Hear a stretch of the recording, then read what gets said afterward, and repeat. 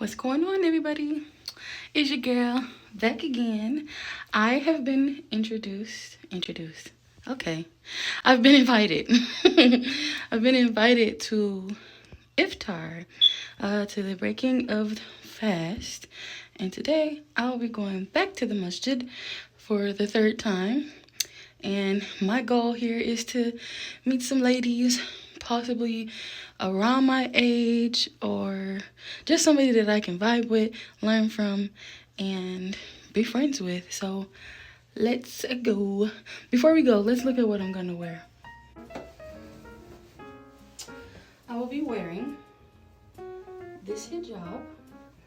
In one of my most recent videos, I went out to the thrift store and I found a scarf that I really liked, and turns out this is an actual blanket, but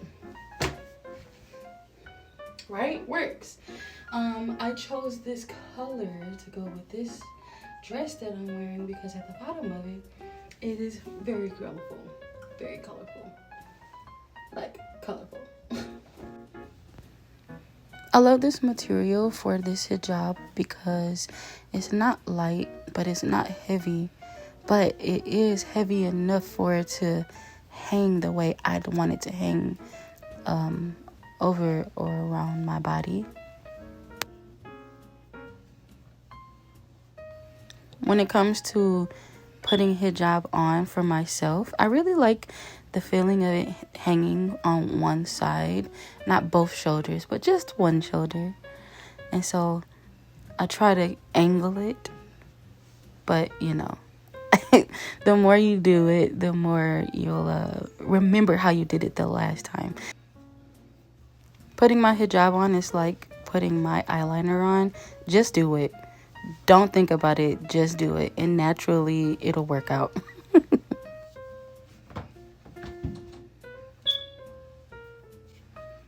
Here, I'm trying to see if it'll dangle or be in my way while I'm in the process of praying. It's not gonna dangle. It's not gonna. I can see. And if I wanted to pull it back. One of my favorite parts of wearing hijab is how it ruffles up right underneath the chin and how it circles my face. I love it.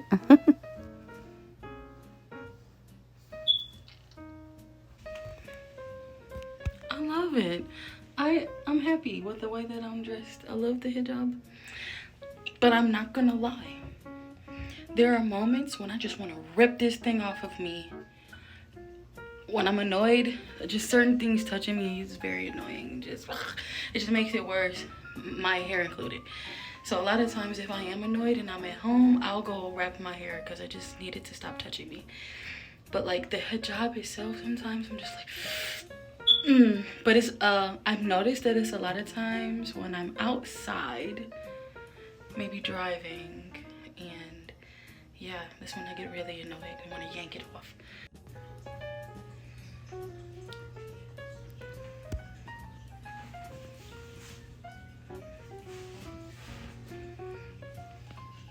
So the fit doesn't feel too basic, and it doesn't feel too tight, doesn't feel too revealing or anything. And it feels like it fits the hijab color wise. That was another thing that I was running around getting mad about because I'm like, nothing's matching. I do have tattoos, but currently can't cover them all completely up. So I don't really think anybody's gonna give me any, they're gonna complain about that, but I'm trying. Okay, so I'm here again at the masjid. Yeah, it is, what time is it? 6:30 or 6:27. They recommended that I come around in between 6:30 and 7, but more so leaning towards 6:30 so that I would have somewhere to park. And I understand that because a lot of places that I've been going, there's no parking, and it's annoying. But yeah, I can see the ladies walking in right now. Oh my god, the excitement. Yeah, we'll see what happens. All right. Part of me is like, don't get nervous. Be excited. I'm excited. When I tell you my anxiety was skyrocketing at this time, I was trying to find any and everything to do inside of my car instead of actually going inside. Yes, my hands were ashy, and yes, I planned on putting my lotion before I went into the mosque, but I was taking my sweet time. I was so nervous, but I absolutely refused to leave. I'm not gonna fall into that trap of, what are you doing here? You should leave, blah, blah, blah, blah, blah. Connections with women. Ugh, I don't know what's gonna happen. I mean, what can really, let's not ask that. Let's just be open to what it is. Yeah. So let's talk about that little voice that's like usually at the back of your head, but it's the one that's speaking negatively. Okay, so every single time I'm coming to do this here, right, something is like, you should leave. Yeah, no, you don't need to be there. No, what do you need to ask questions for? You know, you can find all that out by yourself. You should leave. What are you here for? And it's literally every single time I'm doing this. I'm just gonna call it out, yeah? Because I'm not gonna leave. I didn't just, drive and use up all my gas for no reason. I'm not gonna leave. So, like, I just don't understand what that energy is. I have an idea, but we're just gonna give it to Allah, gonna give it to God, and just ask God to be with me in times like that. Because, like, what the heck?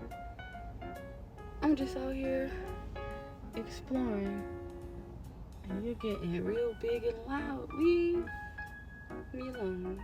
Thank you. Something that I didn't think about.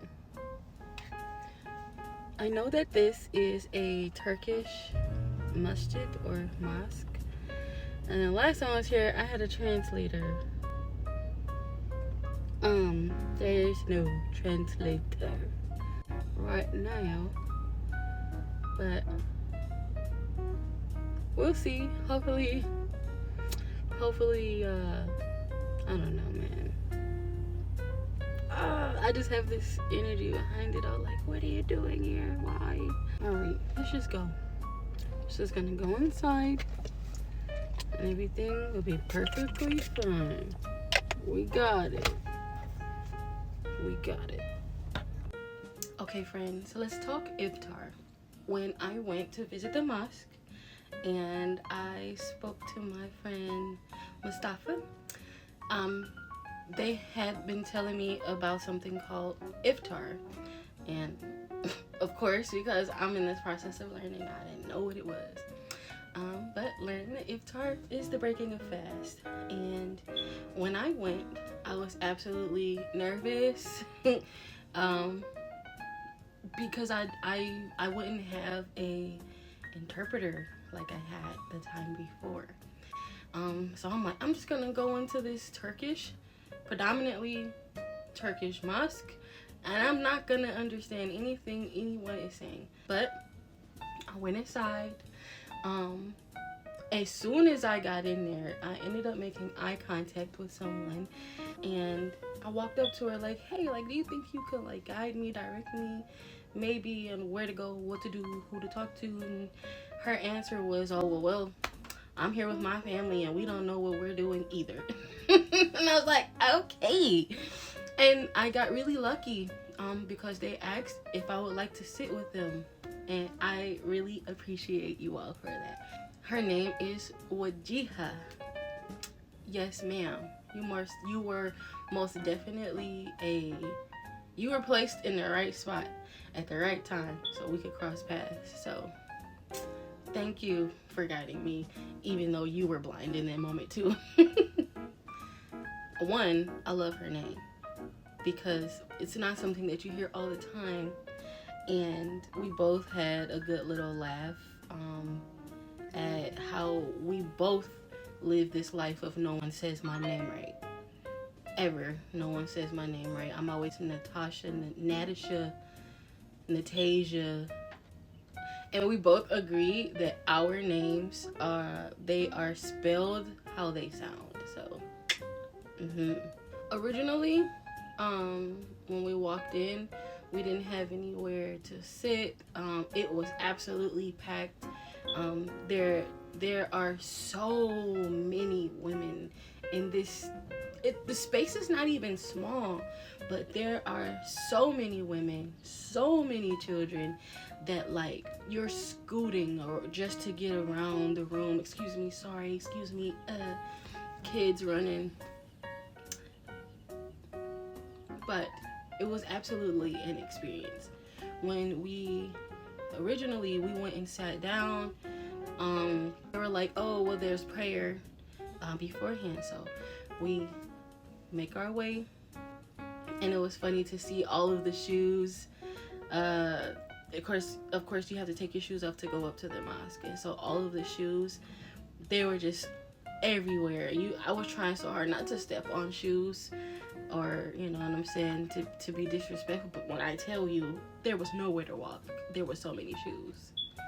But once we made our way upstairs, I got to see how things go on the women's side, because again, the last time I was there were men and on their side, and so this time I got to see the ladies.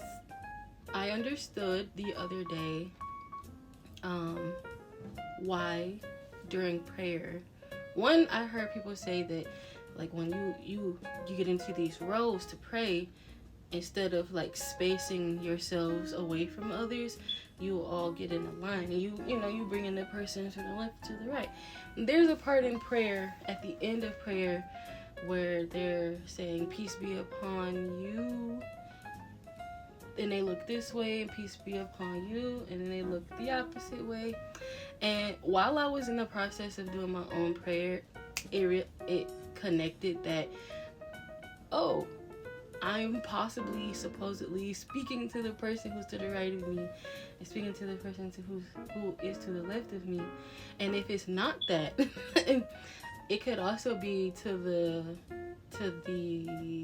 angel and jinn that we have on the left and on the right. That's just me, yeah. But I thought that was really cool when I put that together. It was my very first time praying with others. I didn't feel uncomfortable. I felt excited and willing, and I just wanted to be a part. And I loved it. And there was a baby in a little carriage, in a little car seat, right next to me, and I did my prayer right next to the baby. The baby was very quiet and adorable and cute and chunky. But that's what I meant by like, there are women and children on their side, and I loved it. It was a good experience. After we went for prayer, it was time to go back down and get in this line to eat. But when I tell you, the line was very long. Very, very long. But I didn't mind. I just was there for the experience, for the ride, and I loved it all. When I got my plate, I can definitely say I was curious to know what they would give me. Because just how I'm open to explore religion, spirituality, and do research, I'm the same way with food. My mom made me that way. She made me want to try things. She was always that person that'll be like, oh, you want to try that? Here you go. But she would never tell me, oh, mommy wouldn't do that. It's nasty. You're not going to like it. She's not that parent. And so now, as an adult, I'll try it. I'm a texture person. If it looks like I might not like it, I'm going to be like, but I'm probably still going to try it just to say I had that experience. While getting my food, there was a point towards the end of the line where they had like their breads and they had some cornbread there. And so when I was getting ready to grab my cornbread, one of the ladies felt the need to tell me, oh yeah, this is cornbread, but it is not sweet. And then I was wondering, like, did you tell me it wasn't sweet because black people like sweet cornbread? I wish it was sweet though, but it was good. The cornbread was good. They gave me some lentil soup. It looked like it was baked chicken, because when I tell you, the chicken was falling off the bone. Like, you pick the bone up and the meat fall off. Like, it was good. Some lentil soup, baked chicken, some cornbread, some salad. And yeah, and they had some sweets, but I wasn't too much of a fan of the sweets, so I didn't really take part in the sweets too much.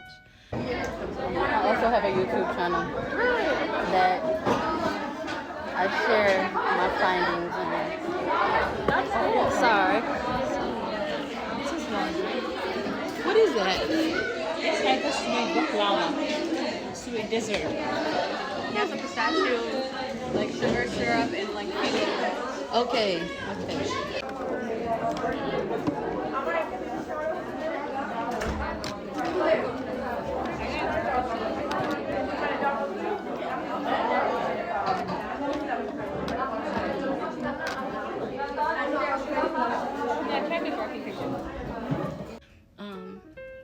But yeah, I had a good time, and most definitely will be going back for anything else that they have.